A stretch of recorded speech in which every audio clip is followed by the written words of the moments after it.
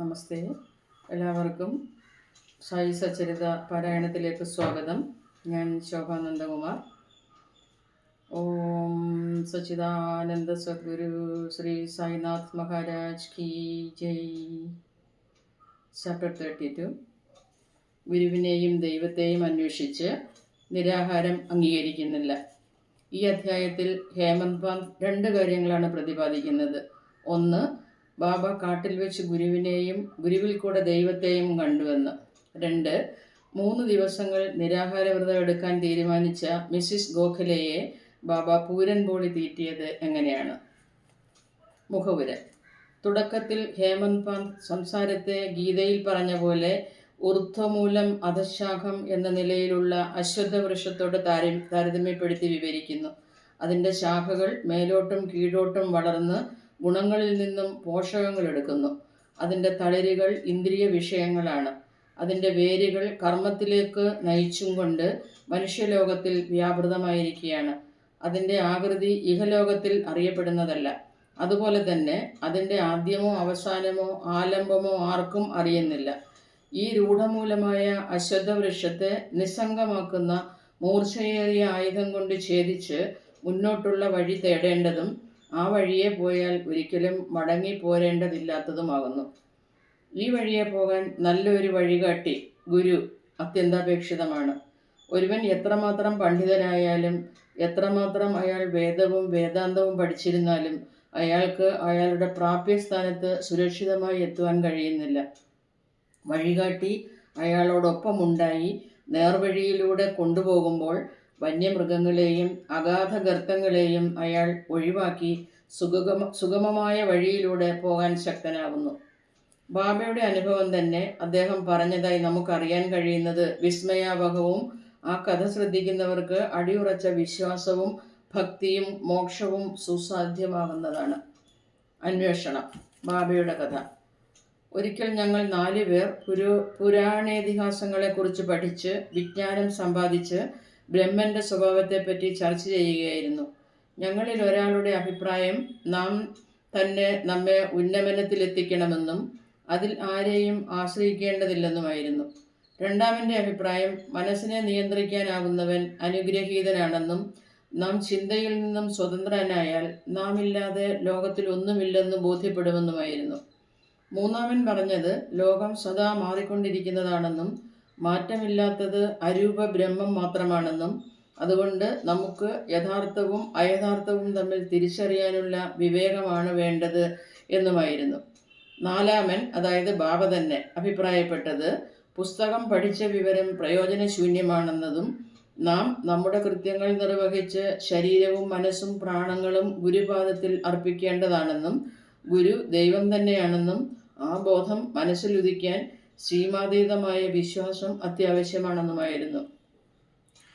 ഇങ്ങനെ ചർച്ച ചെയ്തുകൊണ്ട് പണ്ഡിതന്മാരായ ഞങ്ങൾ 4 പേരും ദൈവാന്വേഷികളായി ഒരു കാട്ടിനുള്ളിലൂടെ നടക്കാൻ തുടങ്ങി. മറ്റു 3 പേർക്കും ആരുടെ സഹായവും കൂടാതെ സ്വതന്ത്ര ബുദ്ധിയോടുകൂടി അന്വേഷണം നടത്തണമെന്നായിരുന്നു. വഴിക്ക് വെച്ച് ഒരു വൻജാരി ധാന്യം മുതലായവ കാളപ്പുറത്ത് വെച്ച് നടന്ന് കച്ചവടം ചെയ്യുന്ന താണജാതിയിൽപ്പെട്ട ഒരാൾ ഞങ്ങളെ കണ്ട് ചോദിച്ചു, ഇപ്പോൾ നല്ല ചുട്ട വെയിലാണല്ലോ, നിങ്ങൾ എങ്ങനെ, എത്ര ദൂരം, എവിടെ വരെ പോകുന്നു? ഞങ്ങൾ കാട്ടിൽ തിരയാൻ പോകുകയാണെന്ന് മറുപടി പറഞ്ഞു. അപ്പോൾ നിങ്ങൾ എന്ത് തിരഞ്ഞാണ് പോകുന്നത് എന്ന് ചോദിച്ചതിന് ഞങ്ങൾ ഒഴികഴിവായി പല മറുപടിയും കൊടുത്തു. ഞങ്ങളൊരു പ്രത്യേക ഉദ്ദേശമില്ലാതെ നടക്കുന്നവരാണെന്ന് കണ്ട് അയാൾ വീണ്ടും ഇപ്രകാരം പറഞ്ഞു, ഈ കാട് വേണ്ട പോലെ അറിയാതെ ഇതിൽ നിങ്ങൾ ചുറ്റിത്തിരിയരുത്. നിങ്ങൾക്ക് ഘോര വനങ്ങളിൽ സഞ്ചരിക്കണമെന്നുണ്ടെങ്കിൽ ഒരു വഴികാട്ടിയെ കൂട്ടണം. ഈ ചൂടെടുക്കുന്ന ഉച്ച സമയത്ത് എന്തിനാണ് നിങ്ങൾ അനാവശ്യമായി അലഞ്ഞു നടന്ന് ക്ഷീണിതരാവുന്നത്? നിങ്ങളുടെ രഹസ്യാന്വേഷണത്തെപ്പറ്റി എന്നോട് പറയണമെന്നില്ല. എന്നാലും നിങ്ങൾ ഇവിടെ ഇരുന്ന് ഭക്ഷണം കഴിച്ച് വെള്ളം കുടിച്ച് അല്പം വിശ്രമിച്ചു പോകാം. ക്ഷമാശീലമാണ് എപ്പോഴും വേണ്ടത്. അയാൾ വളരെ ദയയോടുകൂടിയാണ് പറഞ്ഞതെങ്കിലും അയാളുടെ അപേക്ഷ നിരസിച്ച് ഞങ്ങൾ പോവുക തന്നെ ചെയ്തു.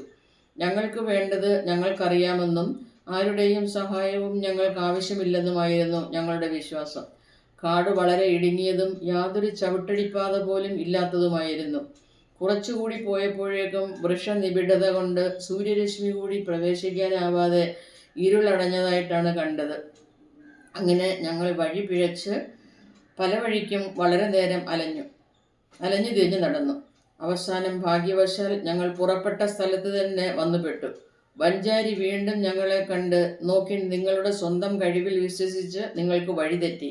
ചെറുതായാലും വലുതായാലും എല്ലാ കാര്യത്തിലും നമുക്ക് മാർഗനിർദ്ദേശം തരാൻ ഒരു വഴികാട്ടി ഉണ്ടായിരിക്കേണ്ടത് ഒഴിച്ചുകൂടാത്ത ഒരാവശ്യമാണ്. വിശന്ന വയറുമായി നടത്തുന്ന ഒരന്വേഷണവും വിജയപ്രദമാകാൻ കഴിയുകയില്ല. ദൈവകൽപ്പിതം കൊണ്ടല്ലാതെ നാം വഴിക്ക് വെച്ച് ആരെയും കാണുന്നില്ല. തരുന്ന ഭക്ഷണം ഉപേക്ഷിക്കരുത്. വിളമ്പിയ പാത്രം തട്ടി നീക്കരുത്. ഭക്ഷണം കിട്ടുന്നത് വിജയസൂചനയായി കണക്കാക്കണം എന്ന് പറഞ്ഞു.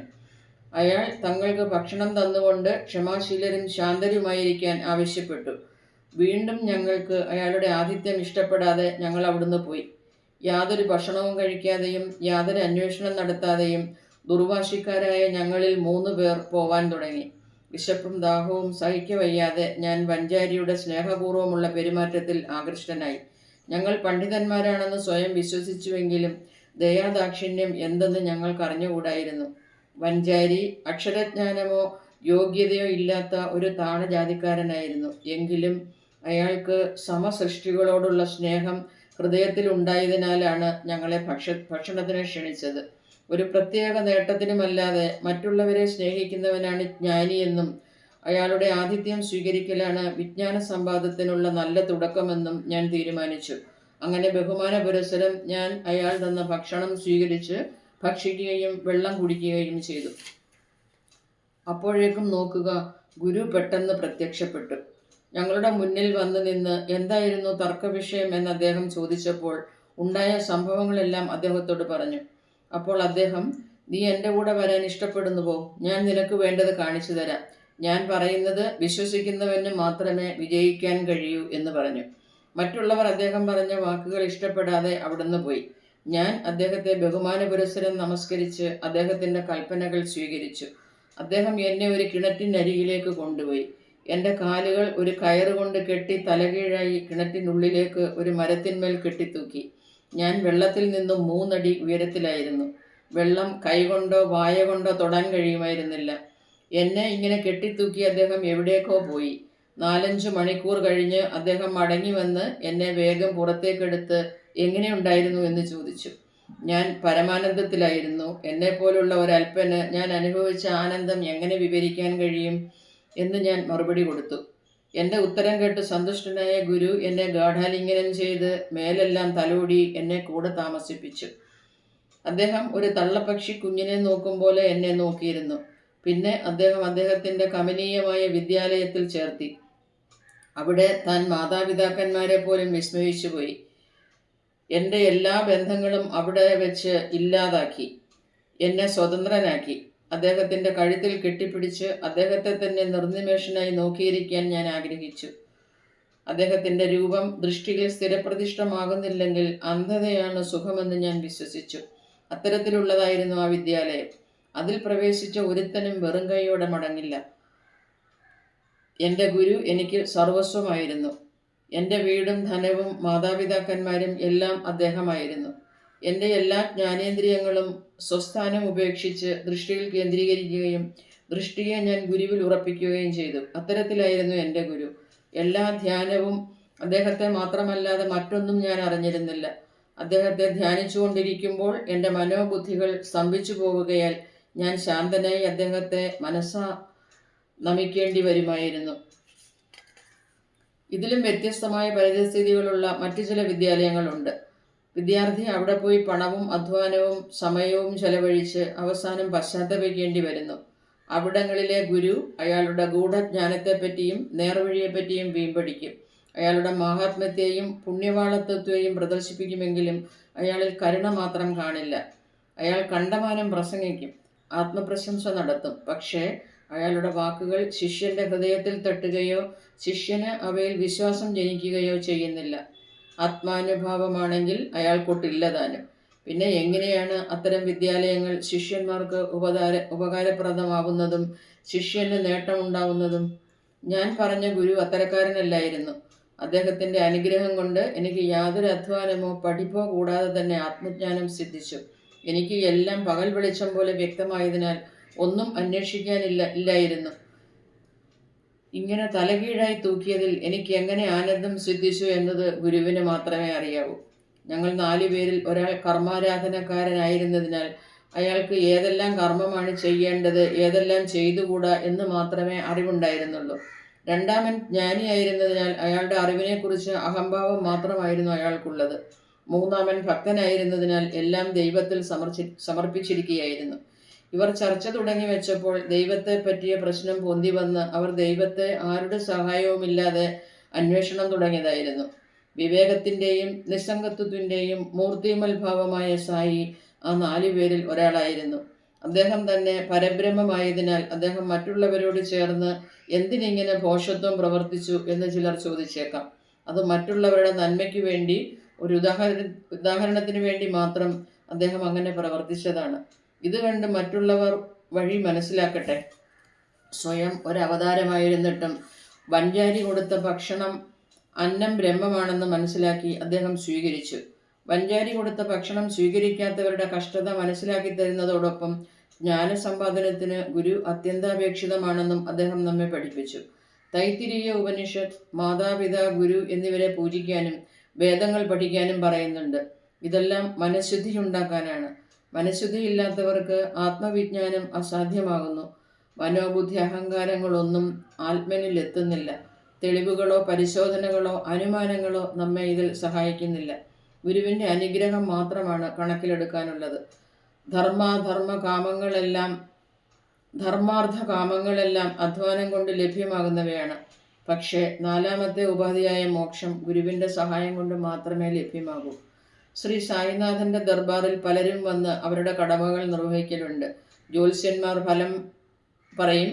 സന്യാസിമാരും യോഗിമാരും സംഗീതജ്ഞന്മാരും മറ്റു പലരും ദർശനത്തിനായി വരുന്നു.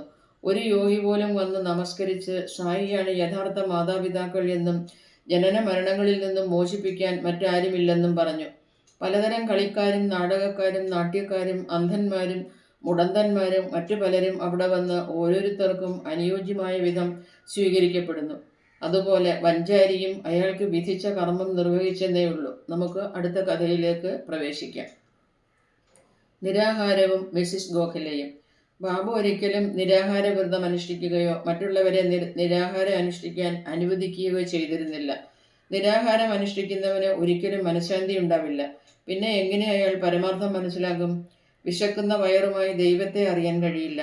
ആദ്യം ആത്മാവിനെ തൃപ്തിയാക്കണം. ഭക്ഷണത്തിലെ പോഷണം സിദ്ധിച്ചില്ലെങ്കിൽ ഏത് കണ്ണുകൊണ്ട് ദൈവത്തെ കാണും? ഏത് നാക്കുകൊണ്ട് ദൈവത്തിൻ്റെ മഹാത്മ്യത്തെ പ്രകീർത്തിക്കും? ഏത് കാതുകളെ കൊണ്ട് അവ കേൾക്കും?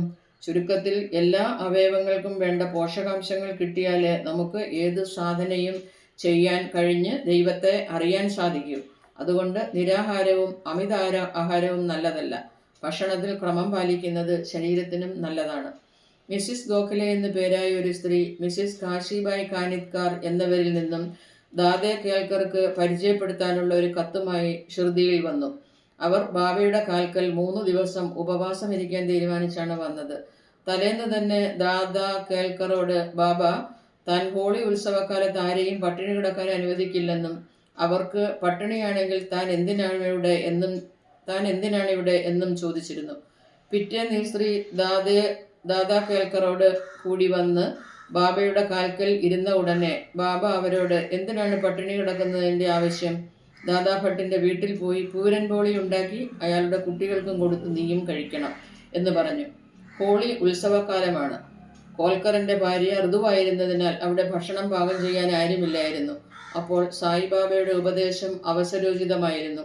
മിസ്സിസ് ഗോഖലെ നിർദ്ദേശിച്ച പ്രകാരം ദാദാ ഭട്ടിൻ്റെ വീട്ടിൽ പോയി പലഹാരമുണ്ടാക്കി കുട്ടികൾക്കും കൊടുത്ത് അവരും ഭക്ഷിച്ചു. എന്തൊരു നല്ല കഥ! എന്ത് സുന്ദരമായ തത്വം! ബാബയുടെ സർക്കാർ. ബാബ താഴെ വിവരിക്കും പ്രകാരം തൻ്റെ കുട്ടിക്കാലത്തെ ഒരു കഥ പറഞ്ഞു. ഞാൻ കുട്ടിയായിരിക്കുമ്പോൾ ഭക്ഷണം അന്വേഷിച്ച് ബീഡ്ഗോമിൽ ചെന്നു. അവിടെ എനിക്കൊരു തുന്നൽ പണി കിട്ടി. ഞാൻ വളരെ കഠിനാധ്വാനം ചെയ്തു, പണിയെടുത്തു. മുതലാളിക്ക് എന്നിൽ സന്തോഷമായി. എൻ്റെ മുമ്പേ 3 കുട്ടികൾ അവിടെ പണിക്കാരായിട്ടുണ്ടായിരുന്നു. ഒരുത്തന് 50 ഉറുപ്പികയും രണ്ടാമത്തവന് 100 ഉറുപ്പികയും മൂന്നാമന് 150 ഉറുപ്പികയും ശമ്പളമായിരുന്നു. എനിക്ക് ഇതെല്ലാം ചേർന്നതിൻ്റെ ഇരട്ടിയായ 600 ഉറുപ്പികയും കിട്ടി. എൻ്റെ പ്രവൃത്തിയിലുള്ള സാമർഥ്യം കണ്ട് മുതലാളി എന്നെ സ്നേഹിക്കുകയും പുകഴ്ത്തുകയും ചെയ്തതിന് പുറമെ ഉടുപ്പും തലക്കെട്ടും ഷർട്ടും തന്ന് ആദരിക്കുകയും ചെയ്തു. ഞാൻ ഈ വസ്ത്രങ്ങൾ ഉപയോഗിക്കാതെ വെച്ചു. മനുഷ്യൻ തന്നത് അപൂർണവും അസ്ഥിരവുമാണെന്ന് ഞാൻ ചിന്തിച്ചു. പക്ഷേ എൻ്റെ സർക്കാർ, ദൈവം തരുന്നത് കാലാകാലം നിലനിൽക്കും. മറ്റാരിൽ നിന്നുമുള്ള സമ്മാനവും അതിന് തുല്യമല്ല. എൻ്റെ സർക്കാർ എടുത്തോ എന്ന് പറയുന്നു. പക്ഷേ എല്ലാവരും എൻ്റെ അടുക്കൽ വന്ന് തരിക എന്ന് യാചിക്കുന്നു. ഞാൻ പറയുന്നതിൻ്റെ അർത്ഥം മനസ്സിലാക്കാൻ ആരും മെനക്കെടുന്നില്ല. എൻ്റെ സർക്കാരിൻ്റെ ഖജാന നിറഞ്ഞു വഴിയുകയാണ്. ഞാൻ പറയുകയാണ്, ഈ ധനം കോരി വണ്ടിക്കണക്കിന് കൊണ്ടുപോവിൻ. അമ്മ പെറ്റ മക്കളെല്ലാം ഈ ധനം കൊണ്ട് തന്നെത്താൻ നിറഞ്ഞിരിക്കണം എന്ന്. എൻ്റെ ഫക്കീറിൻ്റെ ചാതുര്യം, എൻ്റെ ഭഗവാന്റെ ലീല, എൻ്റെ സർക്കാരിൻ്റെ പ്രീതി അതൊന്ന് പ്രത്യേകം തന്നെയാണ്. ഞാനോ ശരീരം മണ്ണിലും ശ്വാസം വായുവിലും ലയിക്കുന്നു. ഈ അവസരം ഇനിയുണ്ടാവില്ല. ഞാൻ എവിടെയോ പോകുന്നു, എവിടെയോ ഇരിക്കുന്നു. മായ എന്നെ വല്ലാതെ അലട്ടുന്നു. എന്നിട്ടും ഞാൻ എൻ്റെ ആൾക്കാരെക്കുറിച്ച് വ്യാകുലപ്പെടുന്നു. ആരെങ്കിലും എന്തെങ്കിലും ചെയ്താൽ അതിൻ്റെ ഫലം അവർക്ക് കിട്ടും. ഞാൻ ഈ പറയുന്ന വാക്കുകൾ സ്മരിക്കുന്നവർക്ക് അതുല്യമായ ആനന്ദം കൈവരും. ശ്രീ സായിയെ നമിക്കുവിൻ. ലോകശാന്തി ഭവിക്കട്ടെ. ഓം സായിറാം. ജയ് മോഹൻജി.